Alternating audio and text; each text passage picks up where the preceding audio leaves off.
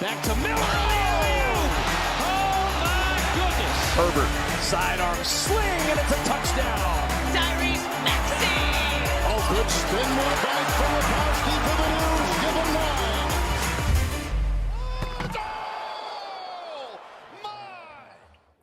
Hello, everybody, and welcome back to the Beef Upfront podcast here on Pick Swap Media. This is your host, Ryan Coyle. Continuing on today with another episode in our college football preview series, recording this on the Monday of week 0. We've got college football to talk about this week. The first Beef Upfront college football episode will be coming out on Thursday morning, covering the week 0 games, but we'll be continuing to hit some previews as week 0 only features 7 teams, and kind of 2 of the big dogs in Notre Dame and USC are 2 of the main teams that are playing during week 0 that you'll really be caring about and paying attention to for most of the year. So we'll be continuing to hit on a few more teams as we lead up to week 1 on Labor Day weekend. But today's episode will be one of the teams that people are expecting to make that jump this year, make that leap to being one of the elite teams again in college football. And that's the Penn State Nittany Lions. They come in at number 7 in the AP poll. They're led by head coach James Franklin, who has a 78-36 career record during his time at Penn State. But he struggled to beat those top teams and make that leap. That's where Penn State is really being looked upon this year, where some people might be hesitant to put him up in that category because of James Franklin's lack of success against some of those upper echelon teams. But talent-wise, on paper, Penn State's as talented as any team in the country. Can James Franklin get this team over the edge? During James Franklin's tenure at Penn State since 2017, he's 0-10 against top 10 teams and is 2-14 during his whole tenure. So 0-10 since 2017 against top 10 teams and 2-14 against top 10 teams in his entire tenure at Penn State. He's failed to be the coach in the big spot in the big game to get over the top. He's been a great recruiter, but he's really struggled with some game management and against the big-time opponents like Ohio State, like Michigan.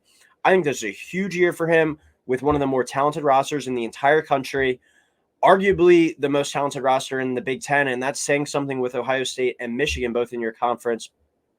Their over-under win total sits at 9.5, and it's at -150 in favor of the over. So this is a team expected to be in double digits, and if not, if they fall short, just say they win like 8 games, I could see James Franklin on the way out. He's done a great job recruiting. Let's see some more in-game results. During the 2022 season, this is a Penn State team that went 11-2. They lost to their biggest 2 opponents, though, in Ohio State and Michigan. The Ohio State game was a really good game throughout. Ohio State pulled away at the end, and I believe won by 13, but Penn State was right in it most of the entire game. Michigan, on the other hand, blew them out and absolutely bullied them, especially up front. Penn State did wind up beating Utah, though, in the Rose Bowl 35-21, and Ohio State and Michigan both found their way back to the college football playoff. This Penn State team has big expectations, the biggest expectations that they've had under James Franklin to be in that playoff mix, be in that playoff conversation, and not be looking as the team looking up to Ohio State and Michigan like, oh, they're right there. They just got to break through. They should be in the conversation. It shouldn't be Ohio State and Michigan neck and neck, and Penn State a tier below. Penn State should be that third team at the top of the Big Ten, and they have a really good chance, I think, to do it this year. Let's see if James Franklin can get them over the top. Some people are picking this team as a Big Ten champs and as a playoff team. You got to see it come to fruition on the field, though. Looking back at last year's roster, they had some key losses with 6 draft picks, most notably Joey Porter Jr. at cornerback, Brenton Strange at tight end, and Juice Scruggs at center. Those were some of the top guys. Parker Washington, their top wide receiver as well. And they had 4 undrafted free agent signings. So 10 key contributors lost from last year's team due to the draft or due to undrafted free agency. But there's a lot of reason for optimism and potential success for this team this year, just based off of what's returning. And most notably on the offensive side of the ball, the transition at quarterback. Sean Clifford was a nice college quarterback. He was good as Penn State's kind of been building this team up. But now you kick in Drew Allar, and you're ready to really take off, I think. He's the most talented quarterback James Franklin's had. He was the number 1 quarterback recruit in the 2022 class and the number 3 overall player. In limited time during his freshman year, he went 35 for 60 with 4 touchdowns and 0 interceptions. I believe I heard his analytics stat that he had 0 interception-worthy throws. So this is a guy that's really smart with the football, and he's viewed as a future franchise quarterback and could be the quarterback to get Penn State to that top tier in the Big Ten. Like I said, neck and neck with Ohio State and Michigan. He's kind of viewed as the savior, and he doesn't really have to be. There's going to be a ton of pressure on him, but he's got so much around him. But he's the guy that's viewed as the guy to take Penn State, to be the guy and get them back to national title contention, and competing every single year with Ohio State and with Michigan for the Big Ten title. And next year, you're bringing in USC and UCLA, who looks to be kind of back. But USC is going to be not messing around either. Oregon and Washington coming in too. So this is a pretty big year, I think, for Penn State to kind of anoint themselves back into the elite status of college football. But Drew Allar is not going to have a shortage of talent around him. He's got so much to work with, and there's plenty of reason to have optimism for success with him. So much productivity returning in the backfield and on the offensive line. I think it's just going to make his life so much easier. The running game for this Penn State team is going to be one of the best in the entire country, and they're going to be competing with a Big Ten rival in Michigan for maybe just the best backfield in the Big Ten, but also the best backfield in the entire country. Nick Singleton and Kaytron Allen last year both burst onto the scene as freshmen.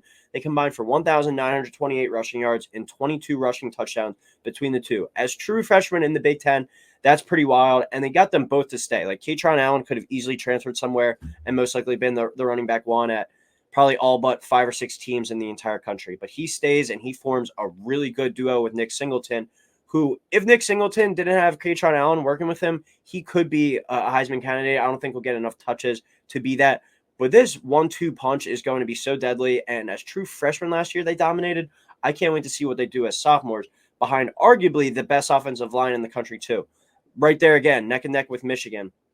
A veteran returnee-led group that's going to be competing to win that award as the best offensive line in the entire country. Both these running backs are huge beneficiaries of that. They get to run behind left tackle Olu Fajanu, who most likely would have been a first-round pick last year, decided to return. He's most likely going to be a top 10 pick in this year's upcoming draft. And as I was touching on, they should be right there at Michigan. Michigan's viewed as kind of far and away as the best offensive line in the country. But Penn State, Notre Dame, I think they're going to be up there kind of competing with them as the best offensive line in the country this year. 4 returning starters for this group. So Allar is going to be tasked with, you have the best running backs in the country potentially to your right and to your left. You've got a great offensive line in front of you. You got so much to work with. Just go out there and play and just be yourself. Be the talented kid you are. It's not like he's some unheralded recruit. It's not like he's Sean Clifford, who wasn't the top end talent, more so just a good college player, a game manager type guy. Allar was the number 3 overall player in his class for a reason and the number 1 overall quarterback in his class for a reason. It's time to go out there and prove it and get Penn State back to being the elites of the elites. The wide receivers and the pass catchers, that's a bit of a question mark on this offense. There's no legit stars. Their number 1 guy from last year, Parker Washington, is gone, and he was kind of their top guy over the past few years. So he's going to be tasked with elevating the play of those around him a little bit. But the way PSU has recruited, there's certainly some guys waiting in the wings that are ready to kind of ready to emerge for Allar and company. So there's no better recipe for success for a young quarterback than a great backfield and a great offensive line to allow him to kind of ease into being the starter. And then when he's going to need to down the stretch in those big games against Michigan, Ohio State, and who knows, potentially the Big Ten title game, college football playoff, that's when he's going to be ready to step up to the big stage. But he's going to lean on this running game and this offensive line, I think, early, and that's really going to help him out. Last year, this Penn State offense was 19th in points per game with 35.8 points per game. I think they're going to be a top 10 offense in scoring-wise this year. And then a side note for this team, as I talked about, some wide receivers are going to need to step up. They did bring in a transfer. Keep an eye out on him. Dante Cephas out of Kent State. 48 catches for 744 receiving yards last year with the Golden Flashes, and I believe it was 6 touchdowns. So this is a guy with some returning experience, albeit at the MAC. He takes that step up to the Big Ten this year, but a guy that's produced at some pretty decent stops in college football so far. Let's see if he can continue that with Drew Allar. But super optimistic about this Penn State offense. I'm expecting top 10 in points per game. I'm expecting Drew Allar to really be the captain, right the ship for this team, and Nick Singleton and Kaytron Allen just to pick up where they left off last year behind that great offensive line. I'm expecting huge things from this Penn State offense this year, and without much success, I think we could see James Franklin out the door. Then you go to the defense. You combine the optimism that we have on the offensive side of the ball with the defensive unit, and there's real talk about a national title this year with this Penn State bunch. Maybe not this year, maybe just getting to the playoff and finding your way in there, but maybe next year when Drew Allar's got that second year under his belt, when those running backs are entering their third year together. This is a really, really good trajectory that Penn State's on right now. They just have to put it all together. It can't just be on paper, but this defense is being talked about as potentially the best unit in the entire country, and that's right up there with Georgia. We're cooking with some gas now when you have a great offense potentially and this really good defense as well. Last year, Manny Diaz's first year as the defensive coordinator at Penn State, they finished 10th in points per game, 16th in rushing defense, and 16th in total defense.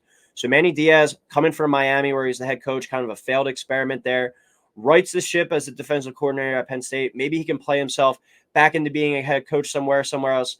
But 10th in points per game, 16th in rushing defense, 16th in total defense. And they returned 7 key starters from that unit, and they have depth across the board at every single position. This defense could be even better than they were last year. The secondary brings back key starters of Keaton Ellis at safety and Kalen King at cornerback, and then that was a secondary that only allowed 12 passing touchdowns all of last year. The main thing that I need you to watch out for this year on this Penn State defense, on the Big Ten, college football alone, watch out for linebacker Abdul Carter, Philadelphia kid. He bursts onto the scene playing as a true freshman, and he's getting talked about up in that Micah Parsons kind of echelon where this could be the next big thing out of Penn State and the next big linebacker to hit the NFL. So Abdul Carter was a highlight machine in his freshman season. I expect him to just take that second-year leap and be potentially in the conversation as the Big Ten Defensive Player of the Year only as a sophomore. Would be pretty scary to see. On the defensive line, Penn State is set to return 10 of their 12 rotational pieces. So this is a team that has an abundance of linemen returning and pass rushers ready to get after the talented quarterbacks of J.J. McCarthy, and whether or not it's Devin Brown or Kyle McCord at Ohio State. They got the pieces to get after those guys. This was a group, though, that did get gashed on the line in the run game against Michigan last year. But I think with another year of experience and development under their belt and probably studying a shit ton of why Michigan was able to push them around, they're going to come back ready to go in that matchup this year and have a better fight up front. Danny Sutton is being talked about and raved about as being the guy up front. There's been rumors of potential double-digit sack production for him. This is a young guy on the Penn State defensive line, but he's going to be a star-type player for them. And then Chop Robinson is another up-and-coming star on that Penn State front. 5.5 sacks last year as a rotation guy. He should be in line for a full-time role. 9 to 10 sacks, I don't think is out of the question. So great offensive potential, returning with a definite defense that returns 7 starters from last year. It's kind of up to Allar to see how far the offense will eventually go, I think. But we know this defense is going to come to play. If Allar is able to keep control of the ball and not really be a turnover guy and just let that running game cook behind the offensive line, they're going to win double-digit games, I think. But if he's out there turning it over, we could have some problems with this team. So it's kind of all up to Drew Allar, I want to say, for this team to reach that eventual ceiling and the potential that they have. But I'm expecting big things from this Penn State team this year. We'll get into the schedule prediction right now. And kind of I've been hooting and hollering, raving about this team. And we're going to talk about why in a second. I have this team going 11-1 this season. I think that they have a pretty easy start. I think West Virginia is going to be one of the worst Power 5 teams this year. And then Delaware, an FCS team, that'll be a nice little 2-0 start. At Illinois, no cupcake there for sure. Illinois was the best defense, arguably, behind Georgia in the entire country last year. Going on the road there, we'll see. That's going to be Drew Allar's, I think, first major test in that one. The fans out there in Champaign will be ready to go for that game. So not a cupcake there. Versus Iowa, as we know, with their defense, that's going to be a tough one as well. But the whiteout game, hard to envision them losing that. At Northwestern versus UMass, I think those should both be cupcakes. Then they travel to Ohio State. This is where I have them dropping that first game. I think the goal for them should be split your games this year with Ohio State and Michigan. You get Ohio State at home, Ohio State on the road and Michigan at home. I think if you're able to split those, you're going to be right there in contention for the Big Ten title and potentially a college football playoff berth. Whether they make it out of the Big Ten East or not. It's going to come down to tiebreakers and whatnot, who you beat, who you lose to. It's going to be a little bit messy. I think there's a real chance we could see 11-1 Ohio State, 11-1 Penn State, and 11-1 Michigan. I'm not sure how you decide who gets in off of that or what the breakdown is for that, but I do have Penn State losing at Ohio State. I have them beating Indiana. I will be in the house for that game. Very excited. My first Penn State game. At Maryland, not an easy game either. Maryland is kind of being viewed as the disruptor team across college football this year in terms of being able to ruin some teams' seasons. If Penn State's winning every game, they lose that Ohio State game, that Maryland game's a must-win, especially with the Michigan game next week. A bad kind of look-ahead spot. It's a bit of a trap game there, but I'm going to have Penn State going down there and winning that game. Then versus Michigan, I have them winning this game. I personally think Michigan's the best team in the country, and they're probably my national title pick for this year. But I do think Penn State's going to find a way to get them at home in that one. It's a shame they couldn't make that one the whiteout due to some media rules. But all those comments aside, I have them winning that game, beating Rutgers, and then beating Michigan State. So I have this Penn State team going to 11-1 record. And like I said, it's going to be probably messy because I do have Ohio State going 10-2. Losing to Michigan in the last game of the year and then losing to Notre Dame as well, but the Notre Dame is in the non-con. So I'm not sure what all the tiebreaker scenarios are in that one. But I have this Penn State team going 11-1, and I think that's a success. You have to hope they'll be in conversation there for the college football playoff. Even if they're not in the Big Ten title game, they might be able to sneak in like Ohio State did last year. But huge expectations this year out in Happy Valley, and it wouldn't surprise me to see this team find their way into the playoff. Talent-wise, right there with anyone in the country. They're supposed to have their savior at quarterback in the fold now. Let's see if Franklin can show up and have his team ready to go in the big games. If they find a way to split the games, like I said, against Ohio State, Michigan, should be right there in the conversation at the end. This is a Penn State team that is plus 550 to win the Big Ten, plus 320 to make the playoff, and plus 2,200 to win the college football. So last year I had my call my shot kind of a sprinkle on South Carolina money line over Tennessee. I'm going to call my shot here with sprinkle a little $10 bet on Penn State at plus 2,200 to win the college football playoff. If you want to take a long shot, kind of a Hail Mary type play, little $10 wager there, Penn State goes on to win the college football playoff. You're netting a $220 income return there. So sprinkle on Penn State to win the college football playoff this year. That's going to be my little piece of betting advice for this episode. But I'm excited to see this team and see if Drew Allar is able to live up to the hype. Going to be following this team really close each and every week all season. So as always, everyone, thank you for listening. Please like, subscribe, and we will talk soon.